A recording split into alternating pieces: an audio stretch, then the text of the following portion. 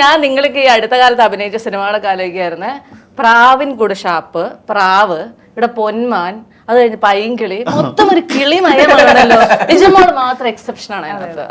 എന്താ നിങ്ങൾക്ക് മൊത്തത്തിൽ ഒരു കിളിമയം പിടിച്ചേക്കുന്നേ? കിളിയായിട്ട് ബന്ധപ്പെട്ടൊന്നുമില്ല. പൈങ്കിളി എന്നുള്ളത് നേരത്തെ നമ്മള് പൈങ്കിളിയാണെന്നുള്ളതായിരുന്നു.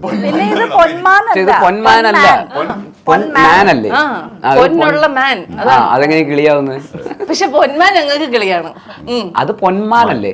പൊന്മാനാണല്ലോ. പൊന്നു കൊണ്ടുവരുന്ന മാൻ പൊന്മാൻ. Oh my god. സൂപ്പർമാൻ നിങ്ങൾക്ക് കിളിയാണോ?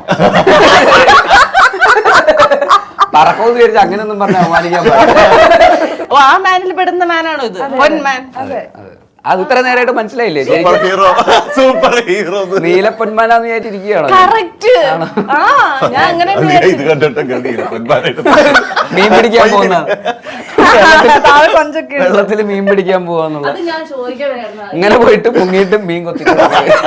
അതാണ് എന്റെ ജോലി ഈ സിനിമയില്. കിണറിന്റെ പക്കത്ത് പൊത്തിരിക്കും. ഇങ്ങനെ ഇരിക്കും രാവിലെ എന്നിട്ട് മറ്റൊരു മീൻപിടുത്തക്കാരനായ സജിൻ അത് ഇഷ്ടപ്പെട്ടു. എന്റെ മീനാണ് നമുക്ക് കൊണ്ടുപോകുന്നത്. അങ്ങനെ ഞങ്ങൾ തമ്മിലുള്ള അടി പക.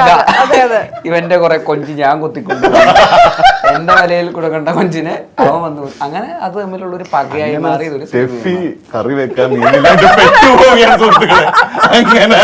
ലിജോ മോൾ കറി വെക്കാൻ മീനില്ലാത്ത ഒരു വീട്ടമ്മയുടെ വേദന.